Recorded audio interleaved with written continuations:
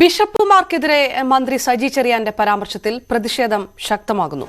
കെസിബിസിക്ക് പിന്നാലെ ദീപിക പത്രവും മന്ത്രിക്കും മുഖ്യമന്ത്രിക്കുമെതിരെ വിമർശനവുമായി രംഗത്ത് വന്നു.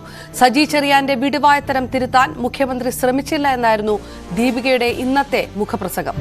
സഭാ മേലധ്യക്ഷന്മാരെ വിമർശിക്കാൻ മന്ത്രിമാർ എന്തും വിളിച്ചു പറയുന്നു. ഇതിന് ഒത്താശ ചെയ്യുന്ന മുഖ്യമന്ത്രി തീക്കൊള്ളിക്കൊണ്ട് തല ചൊറിയുകയാണെന്നും മുഖപ്രസംഗത്തിൽ പറയുന്നു. അതേസമയം സജി ചെറിയാനെ തള്ളിപ്പറഞ്ഞുകൊണ്ട് റോഷി അഗസ്റ്റിൻ രംഗത്ത് വന്നു.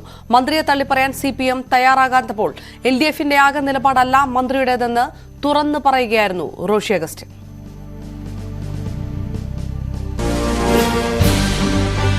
ഞങ്ങൾ ഓരോരുത്തരും പറയുന്ന കാര്യം സർക്കാരിന്റെ നിലപാടായിട്ട് കണക്കാക്കിയാൽ എങ്ങനെ ഇതാക്കാൻ പറ്റും?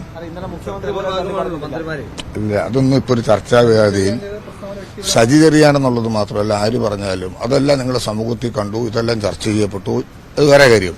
അതിപ്പോൾ ഞങ്ങളെപ്പോലുള്ള ആൾക്കാരും കാര്യമില്ല. ഇപ്പോൾ രാവിലെ ഇവന് അഭിപ്രായം പറയണം, എന്താണ് എന്റെ സ്ഥിതി എന്നൊക്കെ പറയേണ്ട ഒരു സ്ഥിതി ഉണ്ടെന്ന് ഞാൻ വിചാരിക്കുന്നില്ല. ഏതായാലും അത്തരത്തില് അല്ലല്ല അതിനെക്കുറിച്ചൊന്നും ഞാനിപ്പം സംസാരിക്കുന്നില്ല.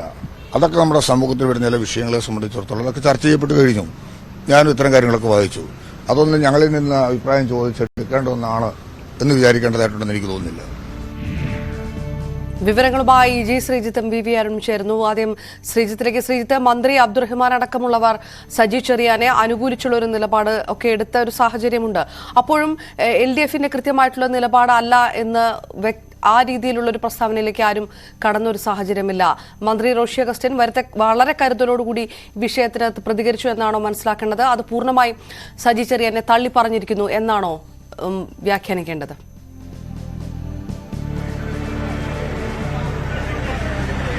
പൂർണ്ണമായും സജി ചെറിയാനെ തള്ളിപ്പറഞ്ഞു എന്ന് വ്യക്തമല്ല. പക്ഷേ കേരള കോൺഗ്രസ് ആണ് ഫലത്തിൽ ഇതിലാകെ വെട്ടിലായിരിക്കുന്ന ഒരു പ്രസ്ഥാനം. കാരണം ഇടതുമുന്നണിയിൽ മറ്റേതെങ്കിലും പാർട്ടികൾക്ക് ഇതൊരു വലിയ തലവേദനയുള്ള വിഷയമായി നിലവിൽ എന്തായാലും നിൽക്കുന്നു എന്ന് കരുതാൻ വയ്യ. പൊതുവെ ഇടതുമുന്നണിക്ക് ഒരു പ്രശ്നത്തിൽ ഈ ഒരു വിവാദം എന്ന നിലയിൽ നിൽക്കുമ്പോൾ കേരള കോൺഗ്രസ് എമ്മിന് അങ്ങനെ മിണ്ടാതെ പോകാൻ കഴിയുന്ന ഒരു വിഷയമല്ല. പ്രത്യേകിച്ച് കത്തോലിക്ക സമുദായത്തിന്റെ അടക്കം വലിയ വോട്ടുകൾ നേടുന്ന ഒരു പ്രസ്ഥാനം കൂടിയാണ് കേരള കോൺഗ്രസ് എം. അങ്ങനെയാണ് ഈ തദ്ദേശ തെരഞ്ഞെടുപ്പിലും തുടർന്നുള്ള തെരഞ്ഞെടുപ്പിലും എല്ലാം പല മണ്ഡലങ്ങളിലും വിജയിക്കാൻ കേരള കോൺഗ്രസ് എമ്മിന് കഴിയുന്ന സാഹചര്യവും ഉണ്ടായത്. അവിടെയാണ് ഈ വിവാദം അവരെയാണ് കൂടുതൽ ബുദ്ധിമുട്ടിച്ചിരിക്കുന്നത്. അതുകൊണ്ട് തന്നെ റോഷി അതിലൊരു പ്രതികരണം നടത്തിയെന്ന് വേണം മനസ്സിലാക്കാൻ. എന്തായാലും ജോസ് കെ മാണി ഉൾപ്പെടെയുള്ളവരുടെ പ്രതികരണം ഇതിൽ ഉണ്ടാകുമോ എന്നുള്ളത് തീർച്ചയായും കാത്തിരുന്ന് തന്നെ കാണേണ്ടതാണ്. ഇവിടെ NSS ആസ്ഥാനത്താണ് ഞാനുള്ളത്. ഇവിടെ എത്തിയ V മുരളീധരനും ഒപ്പം തന്നെ മോൻസ് ജോസഫ് ഉൾപ്പെടെയുള്ളവർ ഇതിനെതിരെ രൂക്ഷമായ വിമർശനം നടത്തുന്നു.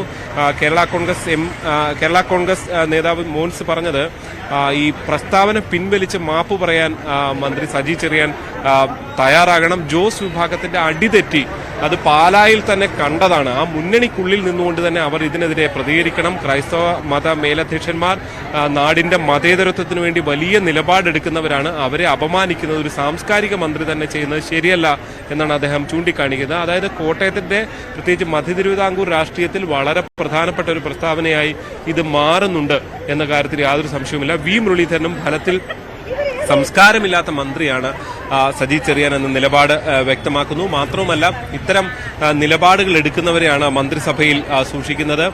കേരള കോൺഗ്രസിന് ഒന്നും പറയാൻ കഴിയാത്ത സ്ഥിതിയാണുള്ളതെന്ന് പാലായിൽ തന്നെ നവകേരള സദസ്സിന്റെ വേദിയിൽ തന്നെ കണ്ടതാണ് എന്നും V മുരളീധരൻ പറയുകയാണ്. എന്തായാലും കോൺഗ്രസ് നേതാക്കളുടെ ഒക്കെയും പ്രതികരണം നമ്മൾ രാവിലെ ചോദിച്ചിരുന്നു. രമേശ് ചെന്നിത്തല ഇവിടെ നിന്ന് പ്രതികരിക്കാൻ തയ്യാറല്ല എന്ന നിലപാടാണ് എടുത്തത്.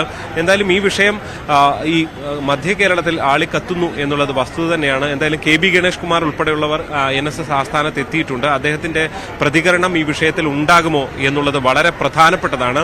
എന്തായാലും ഈ തുടർച്ചയായ വിവാദങ്ങൾ ഉണ്ടാകുന്നു. അത് പലതും കേരള കോൺഗ്രസ് എമ്മിനെ ബാധിക്കുന്ന ഒരു സാഹചര്യം കൂടിയുണ്ട്. പ്രത്യേകിച്ച് ഈ നവകേരള സദസ്സിൽ ഉണ്ടായ വിമർശനം, മുഖ്യമന്ത്രി ചാഴിക്കാടനെതിരെ നടത്തിയ വിമർശനം, അത് സൈബർ അണികൾക്കിടയിൽ കേരള കോൺഗ്രസിന്റെ വലിയ പ്രതിഷേധമുണ്ടാക്കി അവർ പ്രതികരിക്കുകയൊക്കെ ചെയ്തതാണ്. അതിലും ജോസ് കെ മാണി മൗനം പാലിച്ചിരുന്നു. പക്ഷേ ഇതിപ്പോ